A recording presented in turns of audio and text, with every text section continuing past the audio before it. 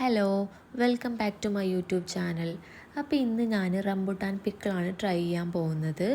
ഇപ്പോൾ റംബുട്ടാൻ സീസണൊക്കെ ആയതുകൊണ്ട് തന്നെ എല്ലാവരുടെ വീടുകളിലും റംബുട്ടാനൊക്കെ ഉണ്ടാവില്ലേ.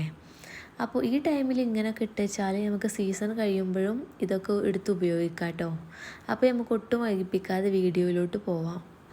അപ്പോൾ ഫസ്റ്റ് തന്നെ ഞാൻ ചട്ടി ചൂടാക്കാൻ വെച്ചിട്ടുണ്ട്. അതിലേക്ക് ആവശ്യത്തിന് നല്ലെണ്ണയാണ് ഒഴിച്ചു കൊടുക്കുന്നത്. നമ്മളിവിടെ കുറച്ച് ക്വാണ്ടിറ്റിയുള്ളൂ റംബുട്ടാൻ എടുത്തിട്ട്, അതുകൊണ്ട് തന്നെ കുറച്ച് എണ്ണയുള്ളൂ ഒഴിക്കുന്നത്. റംബുട്ടാൻ്റെ ക്വാണ്ടിറ്റിക്ക് അനുസരിച്ചും അതിൽ ചേർക്കുന്ന ഇൻഗ്രീഡിയൻസിനനുസരിച്ചൊക്കെ ഓയിലിൻ്റെ അളവിൽ മാറ്റം വരുത്താവുന്നതാണ്. അങ്ങനെ ഓയിലൊക്കെ ചൂടായി വരുന്ന ടൈമിൽ കടുക്, ഉലുവ ഇവ രണ്ടും ഇട്ട് ആദ്യം തന്നെ ഒന്ന് പൊട്ടിച്ചെടുക്കട്ടോ. അതിനുശേഷം അതിലേക്ക് ചെറുതായി കട്ട് ചെയ്ത് വെച്ചിട്ടുള്ള ഇഞ്ചി, വെളുത്തുള്ളി, പച്ചമുളക് ചേർത്ത് നന്നായി വഴറ്റിയെടുക്കാം.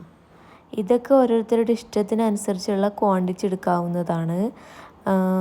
എരിവൊക്കെ കൂടുതലുള്ളവർക്കാണെന്നുണ്ടെങ്കിൽ കുറച്ചുകൂടെ മുളകൊക്കെ യൂസ് ചെയ്യാം. അങ്ങനെ ഇതൊരു ബ്രൗൺ കളറായി വരുന്ന ടൈമിൽ ഇതിലേക്ക് നമുക്ക് ആവശ്യത്തിനുള്ള പിക്കിൾ പൗഡർ, അതുപോലെ തന്നെ കാശ്മീരി ചില്ലി പൗഡർ ഇവ രണ്ടും ആഡ് ചെയ്തിട്ട് നന്നായിട്ടൊന്ന് മിക്സ് ചെയ്യട്ടോ. അങ്ങനെ ഇത് മിക്സ് ചെയ്ത് ഇതിൻ്റെ ഒരു പച്ച സ്മെല്ല് മാറുന്ന ടൈമിൽ നമുക്കിതിലേക്ക് കുറച്ച് വിനാഗിരി ആട്ടോ ഒഴിക്കേണ്ടത്. ഞാൻ കണ്ടില്ലേ, ഈ ഒരു സ്പൂണിന് 4 ടേബിൾ സ്പൂൺ വിനാഗിരിയാണ് ഞാൻ ഒഴിച്ചു കൊടുക്കുന്നത്.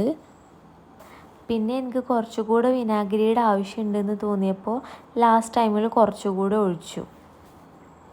അങ്ങനെ വിനാഗിരി ഒഴിച്ചിട്ട് നന്നായിട്ട് മിക്സ് ചെയ്യുക. മിക്സ് ചെയ്ത ശേഷം നമ്മൾ അതിലേക്ക് നല്ല തിളച്ച ചൂടുവെള്ളമാണ് ഒഴിച്ചു കൊടുക്കാൻ പോകുന്നത്. അതൊരു 1/2 കപ്പ് ഒഴിച്ചു കൊടുക്കട്ടോ.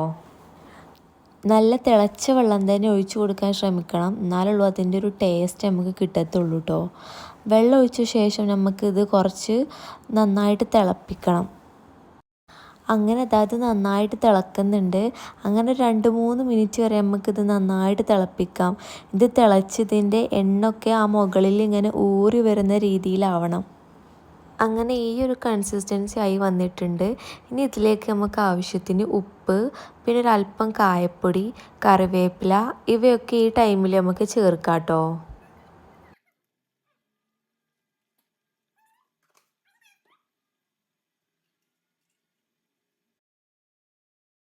അങ്ങനെ അതൊക്കെ ചേർത്ത് ഈ ഒരു കൺസിസ്റ്റൻസി ആയി വരുന്ന ടൈമിൽ ഇതിലേക്ക് നമ്മൾ ചേർക്കാൻ പോകുന്നത് ഒരു ചെറിയ കഷ്ണം ശർക്കരയാണ് കേട്ടോ.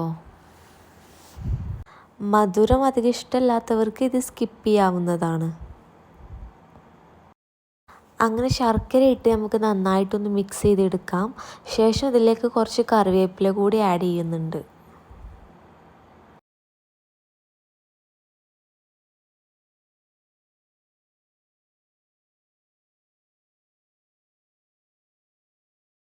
അങ്ങനെ നമ്മുടെ മസാലക്കൂട്ടൊക്കെ ഇവിടെ റെഡി ആയിട്ടുണ്ട് കേട്ടോ.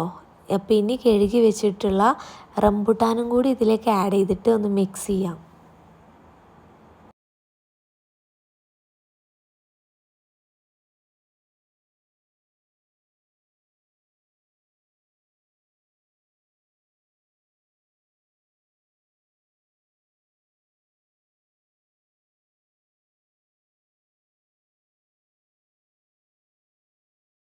ഫൈനലി നമ്മൾ റംബുട്ടാൻ പിക്കിൾ ഇവിടെ റെഡി ആയിട്ടുണ്ട്. അപ്പോൾ വീഡിയോ ഇഷ്ടപ്പെട്ടിട്ടുണ്ടെങ്കിൽ എല്ലാവരും സപ്പോർട്ട് ചെയ്യണേ. എന്തെങ്കിലും ഫീഡ്ബാക്ക് ഉണ്ടെങ്കിൽ അതും അറിയിക്കാൻ മറക്കരുത് കേട്ടോ. അപ്പോൾ ഞാൻ നെക്സ്റ്റ് വീഡിയോയിൽ കാണാം.